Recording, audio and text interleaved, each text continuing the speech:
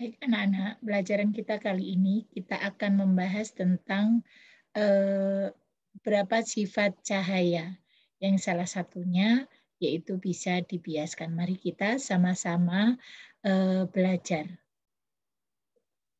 Oke. Eh, Cahaya, salah satu sifat cahaya yaitu dapat dibiaskan.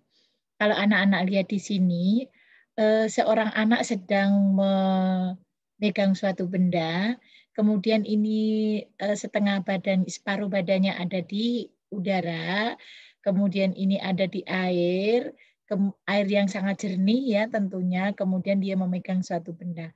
Nah, seolah-olah tangannya ini akan dibelokkan ya karena ada cahaya ya. Itu nanti kita akan pelajari bagaimana mengapa bisa terjadi seperti itu? Apa yang menyebabkannya? Bagaimana cahaya dapat dibiaskan? Ini pertanyaan yang terjadi pada kita. Oke, pembiasan cahaya. Nah, ini contohnya ketika anak-anak minum atau memasukkan sedotan atau memasukkan sendok di gelas yang bening berisi air, maka akan kelihatan seperti ini. Nah, anak-anak boleh dicoba nanti di rumah, kemudian diamati apakah benar jika kita memasukkan sendok atau sedotan, jika kita lihat, kita pandang akan seolah-olah seperti patah seperti ini. Mengapa hari ini akan terjadi? Karena cahaya akan dibiaskan ketika melalui dua medium yang memiliki kerapatan optik berbeda. Nah, mediumnya di sini apa Bu Septi? Minimal 2. Jadi di sini ada udara, kemudian ada gelas, kemudian ada air. Nah, ya. Kita bisa ngambil dari udara, ada gelasnya, ada airnya. Nah, itu maka karena kerapatan optiknya berbeda, maka akan terjadi pembiasan. Kecepatan cahaya akan menurun saat dari udara memasuki air atau medium yang lebih rapat. Nah, ini berarti kita melihatnya dari mediumnya udara. Jadi udara dengan air itu kerapatannya lebih rapat air. Ya, di sini nyatakan kecepatan cahaya akan menurun saat dari udara memasuki ke air karena air mediumnya lebih rapat. Jadi harusnya, nah di sini coba kita lanjutkan dulu. Semakin besar perubahan kecepatan cahaya melalui dua medium yang berbeda, akan semakin besar juga efek pembiasan yang terjadi. Jadi kalau kita lihat, ketika harusnya cahaya itu kan merambat lurus. Kemarin kita sudah pelajari bahwa cahaya itu merambat lurus. Harusnya ini, ya garis ini kan akan lurus ke sini. Ini garis normalnya. Tapi kenapa dia kelihatan berbelok? Kenapa ini? Nah, kelihatan berbelok ke sini. Karena apa? Karena kerapatan optik yang berbeda tadi. Ini garis normalnya, misalnya garis normal. Nah, jadi, jika cahaya datang dari medium kurang rapat ke medium yang lebih rapat, maka akan dibiaskan mendekati garis normal. Jadi misalnya ini garis normalnya, harusnya lurus, ini lurus, maka dia akan berbelok. Ya, dibelokkan mendekati garis normal. Yang harusnya misalnya lurus seperti ini, maka dia akan membelok jika memasuki medium yang lebih rapat. Itu kata kuncinya. Pembiasan berkas cahaya. Nah, ini contohnya. Pembiasan sinar dari udara ke air tadi contohnya. Ini udara di sini, kemudian ini air. Tadi sudah dikatakan bahwa kerapatan udara lebih kecil dibanding air. Jadi air itu lebih rapat.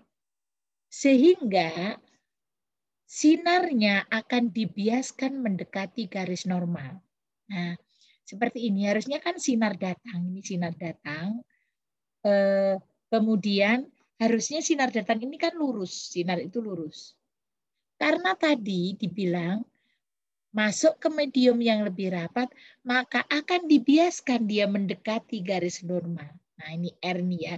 Biasanya simbolnya sinar datang itu diberikan simbol I, sinar biasnya diberikan simbol R ini, mendekati.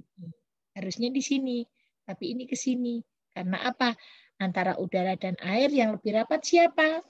Air, ya. Oke.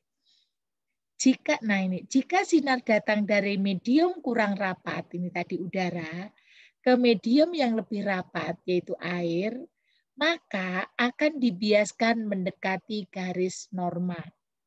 N udara, N ini simbol ya, simbol kerapatan udara. N udara lebih kecil daripada N air, maka ini dibiaskan mendekati garis normal. Misalnya nanti Bu, dari air ini kita disuruh menggambar lagi ke udara. Nah, di sini dikasih garis normal lagi. Nah, tadi apa? Air dengan udara rapat siapa? Rapat air. Berarti nanti kalau ke udara lagi, dia akan dibiaskan menjauhi garis normal. Itu. Oke. Pembiasan pada kaca plan paralel, ini contohnya nih. Ada sinar datang, ini ada udara, ini kaca, ini udara. Ya. Permukaan dua bidang batas. Dari udara dengan kaca, berarti itu rapat kaca. Maka, jika ada sinar datang dari udara menuju ke kaca, maka akan dibiaskan mendekati garis normal. Ini kan garis normalnya nih, garis normal, maka mendekati garis normal. Nah, sekarang kalau dari kaca menuju udara, maka bagaimana sinar biasnya, Bu? Nah, di sini ada garis normal lagi, maka dari sini akan dibiaskan menjauhi garis normal. Nah, ya. Jadi udara, kaca, udara. Rapat kaca. Nah, maka akan bentuk sinar biasnya akan seperti ini. Karena apa? Udara ini lebih renggang, kaca lebih rapat. Kalau tadi udara lebih renggang juga, air lebih rapat. Tolong difahami ya, nanti misalnya ada tugas, misalnya tolong gambarkan jika sinar datang dari udara, kemudian ke air, kemudian ke udara lagi. Pembiasan pada prisma. Nah, ini prisma kaca juga ya, tetapi prisma ini kaca yang bentuknya segitiga. Nah, ini kan ini sinar putih, sinar yang berwarna putih. Kalau melewati prisma, maka akan dibiaskan seperti ini. Ya kan, ini mendekati garis normal, ini menjauhi garis normal. Kalau melewati prisma, maka sinar itu akan dibiaskan dan akan berubah warna seperti ini. Merah, jingga, kuning, hijau, ungu, nila, dan biru. Oke.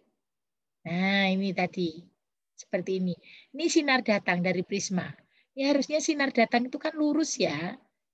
Karena sinar itu membentuk garis lurus. Ini ada garis normal. Jadi, jika sinar datang dari kurang rapat ke lebih rapat, maka akan dibiaskan mendekati garis normal. Ini mendekati. Ya, garis normalnya. Ini mendekati garis normal. Ini garis normalnya lagi. Jika sinar datang dari rapat ke lebih rapat, maka akan menjauhi garis normal. Kalau digambarkan seperti ini. Ya, difaham ya. Sekarang perhatikan animasi pembiasan ini. Nah, anak-anak bisa lihat tadi ini pembiasannya. Nah, oke. Nah, iya. Ya. Tuh. Baik anak-anak, sampai di sini salam sukses dan sampai jumpa. Ini kalau dibiaskan tadi akan sangat kelihatan ini mendekati, ini menjauhi garis normal. Nah, kemudian tugasnya tolong anak-anak digambarkan jika pembiasan cahaya dari udara ya melewati air kemudian kembali ke udara lagi ya. Udara, air ke udara lagi. Tadi kan udah ada contohnya.